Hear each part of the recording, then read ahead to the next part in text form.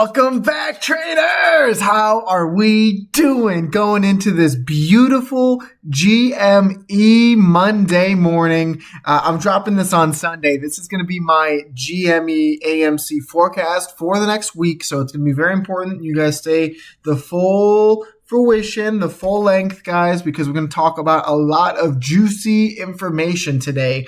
And I wanted to kick us off and preface this by saying slap the subscribe button because we are doing this twice a day, every single day on your favorite stocks. So GameStop's in a very interesting situation that we have been calling for quite some time, and it could not make me happier. You look at GameStop, you're getting a doji consolidation candle right on top of previous resistance, flipping that as new support, baby. It's a beautiful thing. And you look at the volume ramp up. You saw a crazy candlestick going into earnings, and now you're seeing a little bit of consolidation. You bounced off of this gap fill here, so you didn't fill it yet, but we've talked many times about how gap fills can act as support and resistance, and here it acted as support, here it acted as resistance. So you're kind of ping-ponging between the two gap fills and then also the 50-day EMA and the 200. The beautiful thing macro-wise is you're above the 200 EMA for the first time since when you broke back above it here, tested it, and went. You then tested a 50-day EMA, and you've sliced above both. We talked about this being a possibility, and I likely said that you would likely get knocked out by this bully that is the gap fill. And that's exactly what happened. So what I'm looking at going into next week, it's going to be very important to see how you open up Monday, seeing as this was a doji. Dojis typically indicate indecision within the stock. It also indicates trend exhaustion. So if you are able to open green, hey, that's great. If you see over here on the right side of your screen, you can see that we actually closed at $25. $25 is the absolute bull gates. That is the key that is going to unlock further price action to the north side, because once you get within this gap, guys, once you break and crack into it, it is going to be a matter of time before you Thanos snap and you see a nice sized move and a nice sized launch from 25 into that $28 territory to completely fill that gap. But what I think is due, and what I'd like to kind of see here is something along the lines of this, right? I think that testing that gap fill and low volume and then printing a doji is kind of comical, that you might see the market open up a little red here. You test the 50-day, you completely fill this gap, and then you look to full send this thing. I mean, like absolutely stupid full send. And maybe it forms more of a flag pattern here, which would be completely okay. But I would like to see you fill that gap first, because I don't want to have to come back and fill it at a later time and absolutely demolish everyone's hopes. I'd like to rip the Band-Aid, get it over with, right? And I think there's a good opportunity to do so. If you don't do that, I think it gets really stupid really fast, because you saw this nice, beautifully green-bodied candle from this slice of the 9-day moving average through the 50. You are now edging towards, on the daily time frame, a 9 EMA over the 50 cross or over the 200 cross, and eventually, if you can stay above both indicators, a golden cross on the daily time frame for the first time, guys, for the first time since back here, right? And golden crosses are probably one of my favorite technical indicators. If you guys don't know what that is the 50-day EMA slicing through the 200 to the upside. So the 50 is what you see in yellow here. The 200 is that more stagnant, lagging purple indicator that moves hopefully up and to the right if you're following a good stock. But price so often comes back to it as a test. You can see here that the 50 means the more immediate trend. And when this sliced above it, you came back to test it perfectly to the cent and then bounced a near 200%, right? And so you're now above both or all indicators on the EMA, indicating that your current trend is one of significant strength. So if you're able to see this thing kind of pause and lag at $25, you're going to have all of these short-term indicators slice above the 200, and this thing will moonshot. I mean, very violently shoot up to this $38 target that we have from this previous 4 tops, 1, 2, 3, 4, and this would make your 5th touch of this trend line. I don't believe that this is going to be the absolute top for GameStop, but this would make a lot of sense for an area to begin to cool down and let the fundamentals and indicators catch up before you see this absolute moonshot to the all-time largest gap fill at $73.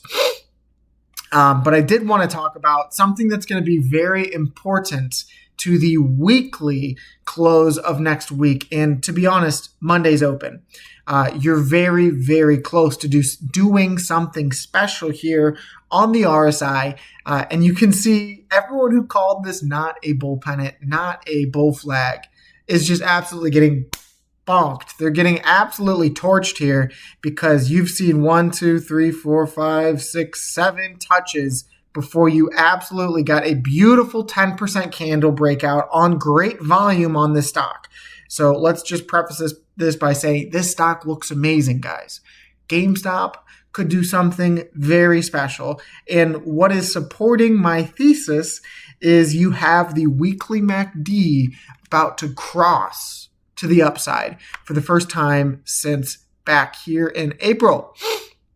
Now, when you got that cross, you ran from $27 up to $35, 37 if you're counting the 4-hour chart and after hours. That's a 10% or $10 move, guys. That is very special. And so when we're talking about a dramatically oversold MACD about to cross on the weekly time frame, and mind you, below the 0 point, if you cross on both these 2 lagging lines and the 0 line, you can see every time you've crossed the 0 line, which is kind of just like your absolute flat between bullish and bearish. Let's see back here. You crossed it right here, and that was a 27% move. That was really just that candle, which is absurd. You can see you crossed it right here, which was your 12% candle, confirming your move up and your bottoming formation. And if you cross it again here, I do believe you're going to see the full gap fill.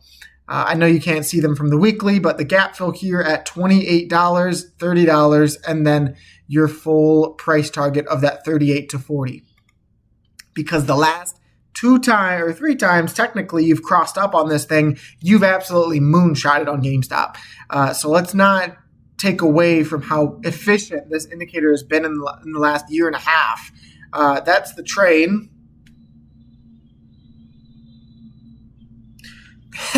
Let's not take away how clinical this indicator has been in the past. You see you crossed up here, you moved, you crossed up here, you moved, you crossed up here, you slung shot multiple hundreds of percent. And so now you're seeing a breakout of a bull flag here while getting a weekly cross, while getting something very important I'm about to talk about. You got your weekly RSI cross above this midband for the first time since back here, and back here.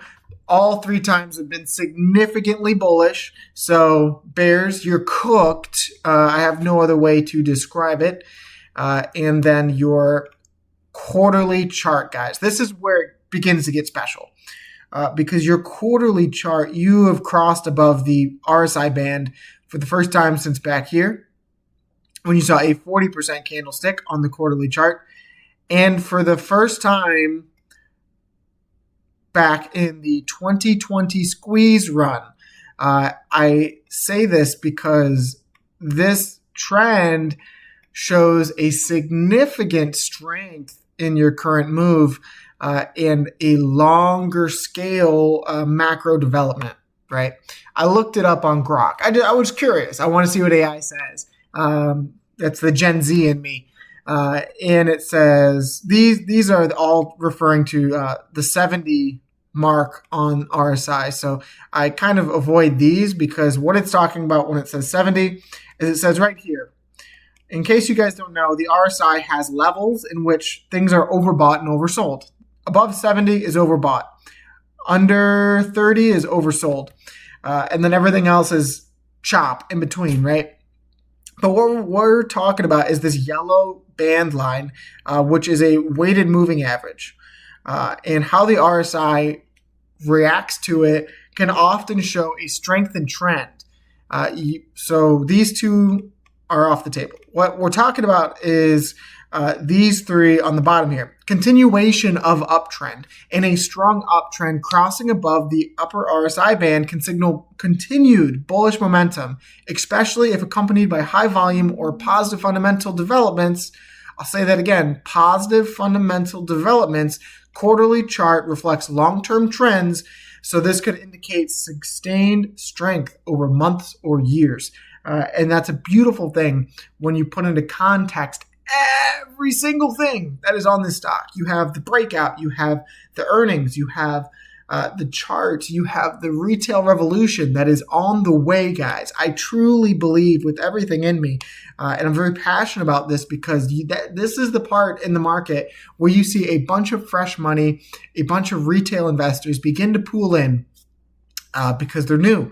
And there's going to be a lot of good things that become of that, but also a lot of bad things, right? You have new people, inexperienced in the market, and this is where people kind of get taken advantage of. So how we can be as accepting and as welcoming as possible to help these people learn the market, I think this is where it makes the biggest difference. Confirmation needed. The RSI alone cannot predict outcomes. Traders often combine it with indicators, moving averages, MACD, or volume. So that is exactly what we're doing when we look at the weekly MACD about to cross up for the first time in a couple of months here. And it's a beautiful thing, but you go to the monthly and you see you are about to cross up as well. And you have not done that since back here when you saw a 24% month. So a lot of good things happening for GME Bulls. It's all swinging in the right direction. And I honestly do not have a bearish bone in my body right now for this stock. So I am absolutely jacked. I'm so excited. And I hope you guys are too, because it's infectious, right? I try to bring you guys up when I can, but this has been a long time coming. And you guys deserve a win. I think I deserve a win. I think retail in general deserves a win. So this will be our moment to have a little fun, right? And do what makes us us. Be unique. Be special. Is that all on GameStop? We got the gap fills here in gray. You can see a little bit better. And zooming out here, you can see just how important it is that you've gotten above this death cross that pinned you down once, twice. And then now you're looking for a golden cross. Just a beautiful thing. And I want to say thank you to each and every one of you guys. You guys have been so freaking supportive. So make sure to slap the subscribe button before we get into our girl Amy. AMC stock. You're within a falling wedge within a falling wedge, or a wedge within a wedge within a wedge. And it's just how it is. This thing loves to consolidate before big pops of hundreds of percent. And what is good here on AMC is you've been pinned down by this absolutely abysmal trend line, and you've broken it. You've officially broken it. You retested it, and now you're trading sideways on consolidation. You've gotten a green cross up on the MACD, and you prevented this breakdown of the overall trend, right? You look at the weekly.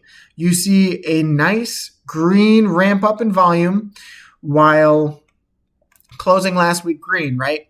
Now, what's going to be absolutely critical to AMC bulls is you want to see an open up of next week green, because you're fighting off with the absolute just Muhammad Ali, Mike Tyson, right, formation. You need to fight off this weekly MACD crossdown, because every single time you've gotten this weekly MACD crossdown, you've gotten absolutely annihilated.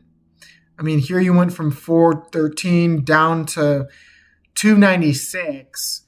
I mean, within a month and a half. You don't want to see that kind of move, because then you're either A, you're making a triple bottom on AMC. I don't want to see that happen, because then you're talking the broader risk on asset market is not doing well. And B, you're going for a potential all-time low. I don't want to see that. I love the continued strength here, and I'd like to see this kind of double bottom formation on the macro, very similar to here, right? Double bottom formation that eventually led you to your squeeze. Your squeeze led you to a golden cross on the daily. Let's pull that up. A golden cross on the daily, and then you tested said golden cross. Now, this is my sentiment. This is my bullish thesis on AMC, is that you're going to see some kind of bottoming formation as a double bottom into a slice above the 50, a slice above the 200, and then you'll get that golden cross. You retest and you go. Back here, and you have a couple gaps that you have to hunt, that you have to fill, right? And AMC needs to see some kind of bullish volume, bullish momentum, whether it be from GameStop, whether it be from Roaring Kitty, or whether it be from fundamental change of the company. You're seeing this double bottom formation. You really just have to see the follow through. You got to break this long-term bully trend, and you have to get above the 50 and the 200. If you do so, everything else will be history, guys. This chart is painting a picture of an overall comeback story. AMC has been beaten and beaten and beaten to the pulp, to the ground, right? You're oversold, and it's really only a matter of time before you break this downtrend and you see some kind of volatile move step in here. And price targets wise, once we see the golden cross, so this begin to curl up into the 200, it is only a matter of time, guys, because of how aggressively swinging down this 200-day EMA is. I do believe that you will cross this at some point, or you will go bankrupt. It is no other option, guys. You can't just forever trade sideways. It doesn't work like that, right? When I first started covering AMC, I talked about the Bollinger Bands and how tight they are, and how these bands act as a spring. They act as a rubber band that, once compressed, can only go so far before they snap. You are to that point. You are absolutely compressed on this stock, and you're seeing a lot of these lagging indicators begin to diverge and meet. And so that's what you're looking for. You're looking for a nice pop into the 200, a retest, and then a spring. And I would anticipate that 550 zone acts as significant resistance at first, because that's where you bumped your head multiple times.